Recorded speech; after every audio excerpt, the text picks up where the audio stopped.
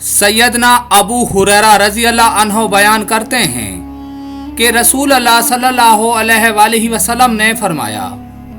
सबसे पहले जन्नत में दाखिल होने वाले 3 अफराद और सबसे पहले जहन्नुम में दाखिल होने वाले 3 अफराद मुझ पर पेश किए गए। पहल जन्नत में दाखिल होने वाले अफराद ये हैं: पहला शहीद, दूसरा वो गुलाम जो अच्छे अंदाज में अपने रब की इबादत करने वाला और अपने आका का खैर ख्वाह हो, और तीसरा बच्चों के बावजूद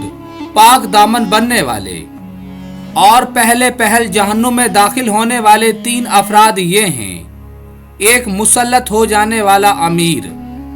दूसरा माल का हक अदा ना करने वाला मालदार, और तीसरा तकब्बुर करने वाला फकीर। हजूर ने फरमाया, अल्लाह उस शख्स के चेहरे को तरोताज़ा रखे जिसने मेरे से कोई हदीस सुनी, फिर जैसे सुनी वैसे उसे आगे पहुंचा दिया।